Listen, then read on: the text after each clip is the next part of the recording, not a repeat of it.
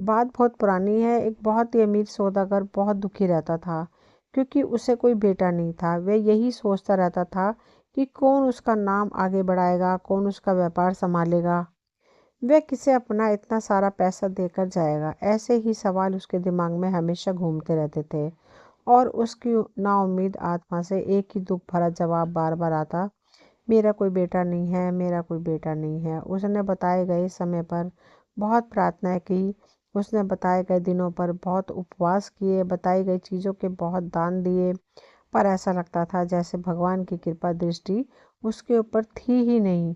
उसके कान उसकी तरफ से खुले ही नहीं थे, ऐसा उसे लगता था। भगवान जो सोचते हैं वह आदमी के सोचने से मेल नहीं खाता। भगवान की इच्छा थी कि उसे एक बेटा मिले, सो समय आने पर उसे एक छोटा सा बेटा पैदा हुआ। सौदागर ने उसका नाम हायबंद रखा। जब वह 5 साल का हो गया तो उसने उसको स्कूल भेजना शुरू कर दिया। वह 10 साल का होने तक पढ़ता रहा। एक दिन वह सौदागर अपनी दुकान की खिड़की के पास बैठा हुआ था कि उसकी दुकान के सामने से 2 लड़के फटे कपड़े पहने जा रहे थे। उसने उन्हें बुलाया और उनसे पूछा कि वे इतने गरीब क्यों हैं। उन्होंने उसे बताया कि उनके माता पिता और भाई मर चुके हैं और वे अपने किसी ऐसे दोस्त या रिश्तेदार को नहीं जानते जिससे वे कोई सहायता ले सके, इसलिए वे इस तरह मारे मारे फिर रहे हैं। यह सुनकर सौदागर को उन पर दया आ गई। वह उन्हें यह सोचकर अपने घर ले आया कि उसके बेटे को अच्छा साथ मिल जाएगा और साथ में वह उसकी दुकान पर इधर उधर का काम भी कर दिया करेंगे, साथ में उनकी भी सहायता हो जाएगी। उसने उन्हें अपने बेटे के साथ ही पढ़ाया लिखाया, पर वे बच्चे उसके लिए बहुत ही बुरे साबित हुए। बजाय इसके कि वे अपने इस दयालु मालिक को और प्यारे से साथी को धन्यवाद देते या उनकी सहायता करते, उन्होंने तो उनके खिलाफ जालसाजी शुरू कर दी और उन्हें बड़ी शर्मनाक हालत में डाल दिया। वे सौदागर के बेटे हायबंद के साथ रोज स्कूल जाते, पर हायबंद तो बड़ी मेहनत से पढ़ता, जिससे वह तो बहुत होशियार हो गया। जब वे दोनों लड़के आलसी और लापरवाह थे तो उन्होंने वहां अपने जैसे बच्चों से सिवाय बुराइयों के और कुछ नहीं सीखा। एक दिन जब वे तीनों सुबह को स्कूल जा रहे थे तो वे शादी के बारे में बातें करने लगे। उन दोनों बच्चों ने हायबंद से कहा, देखो, हमें मालूम है कि तुम्हारी शादी तो बहुत जल्दी हो ही जाएगी, क्या तुम अपने पिता से कहकर हमारी शादी नहीं करवा सकते? हायबंद बोला, हाँ हाँ, क्यों नहीं, मैं अपने पिताजी से कहूँगा कि वह तुम्हारी शादी पहले कर दे, बाद में मेरी शादी करें। इसके कुछ समय बाद ही सौदागर ने शादी कराने वाले को कई जगह भेजा कि वह किसी अमीर परिवार की कोई सुंदर पढ़ी लिखी होशियार लड़की देख कर आए। लड़की देख ली गई और हायबंद की शादी तय हो गई। शादी के दिन सौदागर ने अपने दोस्तों को एक बहुत बड़ी दावत दी और गरीबों को बहुत दान दिया। फिर उसने अपने बेटे को राजा जैसे कपड़े पहनाए और उसे दूल्हा के घर भेजा। दोनों नीच लड़कों को इस बात का पता चला, सो वे उससे पहले ही उसके ससुराल पहुंच गए और दुल्हन के माता पिता को बरगलाने की कोशिश की। हाय बद तो कुछ पागल सा है, आप किससे अपनी बेटी की शादी कर रहे हैं? यह सुनकर वे दोनों बहुत दुखी और नाराज हुए। यह बात अगर उन्हें कुछ पहले पता चली होती तो उन्होंने सगाई तोड़ दी होती। अब वे क्या करें, अब तो बहुत देर हो चुकी थी। दूल्हा अपने घर से चल चुका था। उधर से दोनों लड़के फिर हायबंद से मिलने के लिए जल्दी से चलकर वापस आए और उसे दवा मिले हुए कुछ फल खाने पर मजबूर किया। उन फलों को खाकर वह बिल्कुल बेवकूफ़ सा दिखाई देने लगा। इसके बाद वह तुरंत ही सौदागर के पास उसके घर गए और आंखों में आंसू भरकर बोले, जैसे कि वे अपनी इस खोज पे बहुत दुखी हों कि वह लड़की जिससे वह हायबंद की शादी करने जा रहा है वह तो एक राक्षसी है और आदमियों को खा जाने वाली थी। हायबंद का पिता ये सुनकर सोच में पड़ गया। अब क्या करे, शादी की घड़ी आ रही थी और सब लोग दूल्हे के इंतजार में थे। जब हायबंद अपने ससुराल पहुंचा तो उसके सास ससुर ने उसे ठीक से देखा जांचा। जब उन्होंने कुछ खोया खोया सा या और बेवकूफ़ की हालत में पाया तो उन्हें लगा कि वे दोनों लड़के सही बोल रहे थे, सो उन्होंने उसे अपनी बेटी देने से इनकार कर दिया। पर वह लड़की जिससे हायबंद की शादी होने वाली थी, वह लड़की बहुत होशियार और अक्लमंद थी। उसे लगा कि इसमें उन लोगों की कोई चाल बिछाने की साजिश है। उसने अपने पिता को मजबूर किया कि वह उसकी शादी हायबंद से कर दें। उसे पूरा विश्वास था कि हायबंद के पिता इतने सीधे और ईमानदार आदमी हैं कि उन्हें बेवकूफ़ बनाना बहुत आसान है। खैर, शादी की सारी रस्में पूरी की गई और उन दोनों की शादी हो गई। शाम तक उन दवाओं का असर कम होने लगा तो हायबंद को होश आने लगा। होश में आने पर उसने अपनी पत्नी को पहचान लिया और उसका साथ पाकर वह बहुत खुश हुआ। कुछ दिन बाद रीति रिवाजों के अनुसार हायबंद और उसकी पत्नी अपने घर वापस लौटे। रास्ता थोड़ा लंबा था, सो उन्होंने उसे 2 बार में पूरा करने का इरादा किया। आधे रास्ते में पहुंचकर उन्होंने गांव में रात को रुकने का फैसला किया। जब उसकी पत्नी सोने चली तो अचानक उसे याद आया कि वह अपनी सास के लिए तो कोई भेंट नहीं लाई, पर अब क्या करे। ससुराल में खाली आ जाना ठीक बात नहीं है। वह बहुत दुखी हुई, पर फिर किसी तरह से उसे नींद आ गई। जब वह सो रही थी तो उसने सपना देखा कि एक बहुत बूढ़ी सा आदमी उसकी तरफ बड़ा चला आ रहा था। उसके पास आकर वह बोला, ओ भली लड़की, तू दुखी मत हो, तू नदी के पास जा, वहां तुझे एक लाश पानी में तैरती मिल जाएगी जिसकी बाह पर एक बहुत पुराना कीमती कपड़ा है। तू उस लाश को पुकारना तो वह तेरा कहाँ मारेगी और तेरे पास आ जाएगा। तू उसका वह कड़ा उतार लेना और अपनी सास को दे देना। जब अजीब सा सपना देखकर उसकी आंखें खुल गई, वह तुरंत उठी और नदी की तरफ चल दी। वहां जाकर उसने देखा कि उसने थोड़ी ही दूर पर एक लाश तैर रही थी। उसने उसे पुकारा तो वह उसके पास आ गई। उसने उसके हाथ से कड़ा उतारा और अपने घर आकर सो गई। सिवाय उन दोनों नीच लड़कों की नीचता के सब कुछ ठीक चलता रहा, पर उन्होंने यह सब कुछ देख लिया था और यही था भी जो वे चाहते थे। उन्हें बस किसी भेड़ का खून नदी की तरफ जाने वाले रास्ते पर और नदी के किनारे पर छिड़कना था और फिर भागकर अपने मालिक सौदागर के पास उसे यह बताने जाना था कि उनकी बहू किस तरह से बर्ताव कर रही है। उन्होंने ऐसा ही किया। सौदागर तुरंत ही उनके पीछे पीछे भागा आया। जब उसने खून के निशान देखे तो वह ऐसे रो पड़ा जैसे कोई मरने वाला रोता है। सुबह को वह अपने बेटे के पास गया और उसे वह सब कुछ बताया। उसने सुना और देखा, पर उसके बेटे को उसका विश्वास नहीं हुआ और वह अपने पिता से बहुत नाराज हो गया। सुबह को पूछने पर दाई ने बताया कि आधी रात के करीब उसकी मालकिन कुछ देर के लिए घर के बाहर गई थी, लेकिन वह बाहर गई क्यों थी यह उसे नहीं पता। हायबंद को यह सुनकर बहुत आश्चर्य हुआ। उसे इस नीच कहानी पर विश्वास करना पड़ा। इसका परिणाम यह हुआ कि वह अपनी पत्नी से अलग अलग रहने लगा। सारी बारात दुखी सी सौदागर के घर वापस आई। लड़की को एक अलग कमरे में रख दिया गया जहाँ केवल उसकी दाई ही जा सकती थी और कोई नहीं। एक दिन लड़की की सास ने दरवाजे की छीरी से उसके कमरे में झांक कर देखा तो वह का दृश्य देखकर डर के मारे बेहोश होते होते बची। इस तरह काफी समय बीत गया। इस बीच हायबंद अपने दोनों नीच दोस्तों के साथ पिता के व्यापार में उनकी सहायता करता रहा। वह अभी भी उन दोनों को अपना दोस्त ही समझता था। एक दिन सौदागर ने उन तीनों को एक छोटे से व्यापार के लिए शहर से बाहर भेजा। उसने ऐसा इसलिए किया क्योंकि उसने देखा कि हायबंद अपनी पत्नी के लिए बहुत दुखी है, तो उसने सोचा कि इससे शायद उसका मन कुछ बदल जाए। तीनों नौजवान अपनी यात्रा पर चल दिए। वे कई मील चले कि हायबंद को अचानक याद आया कि वह अपने हिसाब वाला किताब तो घर पर ही भूल आया है। वह उसे लेने के लिए घर वापस लौटा और वह अपने दोस्तों से ये वादा किया कि वह शाम तक लौटकर उन्हें पकड़ लेगा। ये हिसाब की कापियां उस लड़की के कमरे में रखी हुई थी। वे वहां थी ही क्यों यह तो हमें नहीं पता, पर वे वहां थी। सो घर लौटकर हायबंद तुरंत ही लड़की के कमरे की तरफ दौड़ा।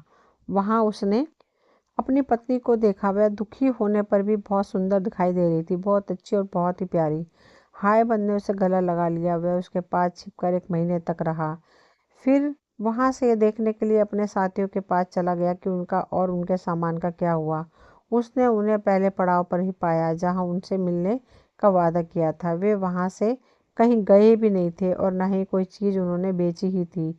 वे तो बस वहां खा पीकर और जुआ खेलकर आनंद कर रहे थे। हायबंद ने जब यह सब देखा तो वह बहुत नाराज हुआ। उसने उन दोनों को बहुत डांटा और वह वहां से अकेला ही व्यापार करने चल दिया। ये दोनों घर वापस लौट आए। अब ये दोनों भी हायबंद से बहुत नाराज थे, सो उन्होंने उसके साथ चाल चलने की सोची। दोनों दोस्तों ने एक साधु का वेश रखा और सौदागर के घर पहुंचे। वहां जाकर बोले, आप समय रहते समझ जाइए, आपके घर में एक राक्षसी है जिसे बच्चे की आशा हो गई है। उसका चरित्र ठीक नहीं है। भगवान के लिए अपने लिए आप उसे घर से बाहर निकाल दीजिए। कहीं ऐसा न हो कि वह आपके घर को और आसपास के लोगों को बर्बाद कर दे। यह कहकर वे वहां से चले गए। अब हम केवल सोच ही सकते हैं कि जब सौदागर और उसकी पत्नी ने साधु के मुंह से ऐसी बातें सुनी तो उसका उन पर क्या और कितना असर हुआ होगा। ये सुनकर तो वे चैन से नहीं बैठे जब तक उन्होंने इस बात की सच्चाई का पता नहीं लगा लिया। उन्होंने पूरा घर छान मारा कि हर स्त्री सब पूछा, और जैसा कि साधु ने उनसे कहा था वैसा कुछ भी नहीं हो पाया। तब वे इस सच्चाई का पता लगाने के लिए अपनी बहू के पास खुद गए। वहां उन्हें पता चला उसे तो वाकई बच्चे की आशा थी। लड़की ने उन्हें बहुत समझाने की कोशिश की कि वह कोई राक्षसी नहीं है बल्कि एक गुणवती स्त्री है, पर सब बेकार। सौदागर ने अपने दीवान को बुला भेजा और उसे सजा देने के लिए कहा गया। सजा में उसे जंगल ले जाना था जहां उसका सिर काट देना था। ऐसा ही हुआ। जंगल पहुंचकर उसने अपने सजा देने वाले से प्रार्थना की कि उस पर दया करे। वह बोली, हम लोग इतने बेरहम अन्यायी नहीं हो सकते कि आप एक सीधी सादी स्त्री का कत्ल करें। मैंने ऐसा कुछ नहीं किया है जिसके लिए मुझे मौत की सज़ा मिले, और ना आप मेरे खिलाफ कुछ साबित कर सकते हैं। क्या अब भी आप मेरा कत्ल करेंगे? वे बोले, हम क्या करें, हमें ऐसा ही आदेश मिला है। इस पर लड़की ज़मीन पर नीचे लेट गई और भगवान की प्रार्थना करने लगी। हे भगवान, मुझ पर दया कर। तू तो जानता है कि मैंने कोई पाप नहीं किया है, मुझे इस सज़ा से बचा। एक सिपाही आगे बढ़ा और उसने लड़की को मारने के लिए अपनी तलवार उठाई तो लो देखो, वह तलवार तो लकड़ी की हो गई। अब दूसरे सिपाही ने अपनी तलवार उठाई तो वह अपने ही हाथ नहीं उठा सका। उसे ऐसा लगा कि जैसे किसी छिपी हुई ताकत ने उसके हाथ उसके पीछे बांध दिए हों। उसके बाद तीसरा आदमी अपनी तलवार उठाकर आगे बढ़ा तो बेहोश होकर नीचे गिर गया। इस तरह भगवान ने उस स्त्री की पुकार सुनी। उन दोनों दोस्तों के नीच इरादों को नाकामयाब कर दिया। जब सिपाहियों ने देखा तो उनको ये विश्वास हो गया कि वे भगवान की इच्छा के खिलाफ काम कर रहे थे। वे बोले, हम तुम्हें नहीं मारेंगे, पर हम तुमसे प्रार्थना करते हैं कि अब तुम हमें यह बताओ कि हम अपने आपको कैसे बचाएं, क्योंकि जब सौदागर और दीवान साहब को पता चलेगा कि हमने उनका आदेश नहीं माना और तुम्हें नहीं मारा तो वे हमसे नाराज हो जाएंगे और हमें सजा देंगे। इसलिए हमारे लिए तो उनका यही आदेश था कि हम तुम्हें मार दें और तुम्हारा सिर ले जाकर उन्हें दे दें। लड़की बोली, आप डरे नहीं, कहकर उसने ज़मीन पर से कुछ मिट्टी उठाई और उसको एक सिर बनाती हुई बोली, मैं इस मिट्टी को अपने सिर जैसा एक सिर बनाती हूँ। सिर पर उसने भगवान से प्रार्थना की कि वह उस पुतले को मांस और खून का बना दे। भगवान ने उसकी प्रार्थना सुनी। वह मिट्टी का सिर एक जीते जागते हाड़ मांस का बन गया और उससे खून टपकने लगा। वह सिर वह उन सिपाहियों को देकर बोली, लीजिए, ले जाकर आप सौदागर साहब को दे दीजिएगा। सिपाहियों ने वह सिर लिया और घर वापस लौट आए। सौदागर ने जब वह सिर देखा तो वह बहुत खुश हुआ। उसने उसे बाहर अपने बगीचे में टांग दिया। लड़की कुछ दिन तक जंगल में रहती रही। वहाँ जो भी फल सब्जियां मिले वह खाती रही। कुछ दिन बाद उसने वहाँ से जाने का विचार किया तो उसने एक पेड़ से कहा कि वह हाय बंद का पता करे और उसे बताए कि उसका पत्नी कहाँ गई। फिर वह दूसरे देश चल दी। वहाँ जाकर वह एक बूढ़ी विधवा स्त्री से मिली और उसी के घर ठहर गई। दिन में वह लकड़ियाँ और कुछ और चीज़ें चुनने जाती, उन्हें शाम को बाजार में बेच आती। रात को वह उस बुढ़िया के घर में सो जाती। समय आने पर उसने एक सुंदर से बेटे को जन्म दिया। इत्तेफाक की बात की उसी समय वहाँ की रानी को भी बच्चा होने वाला था। वह प्रार्थना कर रही थी कि उसके बेटा हो जाए, क्योंकि राजा ने उसको धमकी दी थी कि अगर उसका बेटा नहीं हुआ तो वह उसको मरवा देगा। इसलिए उस बेचारी को बहुत चिंता लगी रही थी। उसने शाही दाइयों को बुलवाकर पूछा कि उसका बेटा होगा कि नहीं, पर सबने मना कर दिया कि नहीं, उसको बेटा नहीं होगा। उन्होंने उसे सलाह दी कि वह कोई हाल का जन्मा बेटा ले ले और बेटी जो भी सोचती थी कि उसे होगी उसे किसी को दे दे। रानी ने उनकी सलाह मान ली और एक नए जन्मे लड़के को ढूंढने के लिए सब जगह अपने दूत भेज दिए। उन दूतों में से एक दूत जब उस बूढ़ी विधवा के घर आया, उसने जब वह नया जन्मा बेटा वहाँ देखा तो उससे रानी के लिए उसे बेचने की प्रार्थना की। वह बुढ़िया बहुत लालची थी, सो वह राजी हो गई। उसने उस बच्चे को उस आदमी को दे दिया और वह दूत उस बच्चे को रानी के पास ले गया। जब रानी को बच्चा हुआ तब बच्चे के जन्म की खबर फैलाई गई। सारे देश में खूब खुशियां मनाई गई। उधर जैसे ही दूत लड़की के बेटे को लेकर गया, बुढ़िया ने कुछ पत्थर इकट्ठा किए और उनमें से एक बड़ा पत्थर वहां रख दिया जहाँ लड़की का बच्चा सोता था, और बाकी बच्चे पत्थर एक अलमारी में रख दिए। जब लड़की वापस लौटी तो उसने उससे कहा कि कोई दैवीय स्त्री वहां आई थी जिसने उस बच्चे को पत्थर में बदल दिया, जैसे कि उसने उसके पहले कई बच्चों के साथ किया था। उसे साबित करने के लिए उसने उसे अलमारी में रखे हुए वे बचे हुए पत्थर दिखलाए जो उसने वहां पहले से ही रखे हुए थे। उसने उसे यह भी बताया कि वह राक्षसी साल में वहां एक बार आती थी। बेचारी लड़की अपने बच्चे के इस तरह खो जाने पर बहुत दुखी हुई, बहुत रोई। पहले तो उसका पति चला गया, अब उसका बच्चा भी चला गया।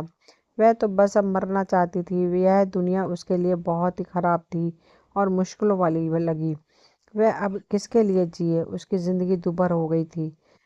वह बस दिन में लकड़ी और फल जैसी चीजें इकट्ठा करके लाती और हर रात को उस नीच बुढ़िया के अजीब से घर में लौट आती, जिससे उसे बिल्कुल भी आराम नहीं था। इस बीच उसका बेटा यानी राजकुमार बड़ा होता रहा। वह एक दिन बहुत ही चतुर और गुणी नौजवान बन गया।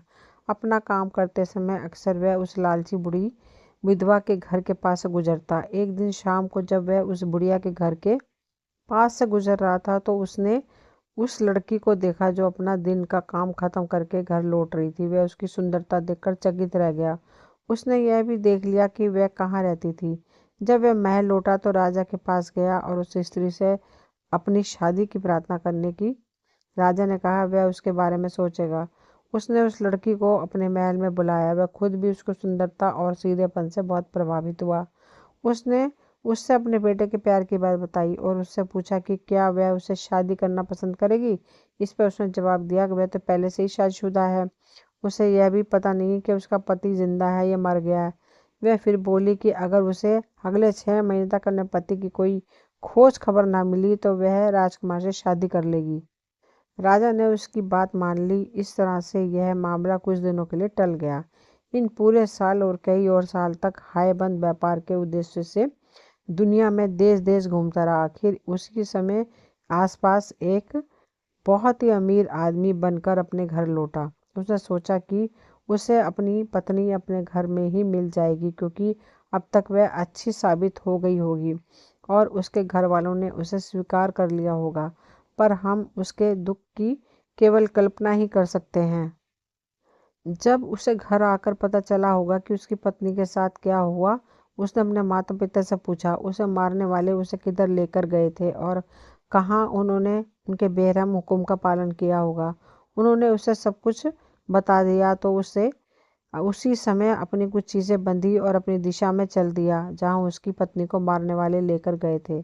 भगवान की कृपा से वह उसी जंगल में आ पहुंचा जहाँ लड़की को मारा जाने वाला था और उसी पेड़ के पास पहुंच गया जिससे उसने अपनी पत्नी को अपने बारे में बताने के लिए कहा था। पेड़ बोला तुम्हारी पत्नी मरी नहीं है, तुम्हारी पत्नी तो जिंदा है। जो सिर तुम्हारे पिता के पास ले जाया गया था वह तुम्हारी पत्नी का सिर नहीं था। तुम तुरंत ही फला फला देश चले जाओ, वह तुम्हें वहीं मिल जाएगी जिसे तुम ढूंढ रहे हो। जाओ, भगवान तुम्हारी रक्षा करे। उस दोनों की यात्रा के बाद हायाबंद उस देश पहुंच गया और वहां एक सुबह जब वह उस देश के मुख्य शहर के बाजार में घूम रहा था तो उसने कुछ स्त्रियां उस बुढ़िया के घर कुछ सामान ले जाती हुई देखी। उसने उनसे पूछा यह सामान किसके लिए है और इसे तुम लोग कहाँ ले जा रहे हो। उनमें से एक स्त्री ने उसे बताया कि वहाँ एक स्त्री रहती है जिसकी शादी वहाँ के राजकुमार से होने वाली है।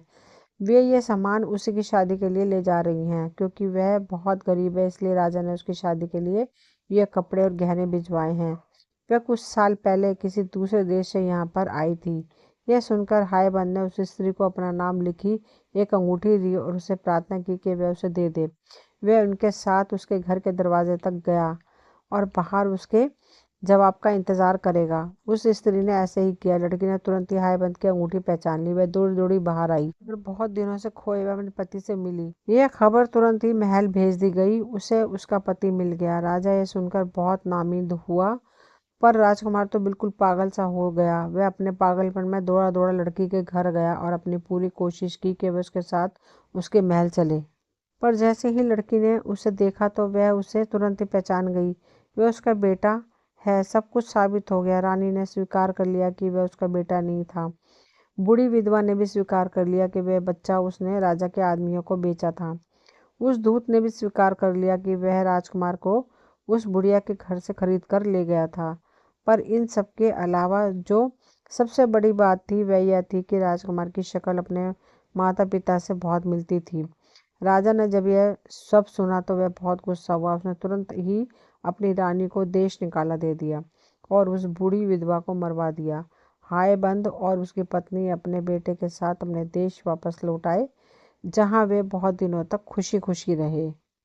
दोस्तों, ये कहानी यहीं तक थी। मुझे उम्मीद है आप सभी को पसंद आई होगी। अगर पसंद आई हो तो प्लीज़ चैनल को सब्सक्राइब करें, वीडियो को लाइक शेयर करें। मिलती हूँ अगली कोई नई कहानी लेकर। कहानी सुनने के लिए आप सभी का तहे दिल से शुक्रिया।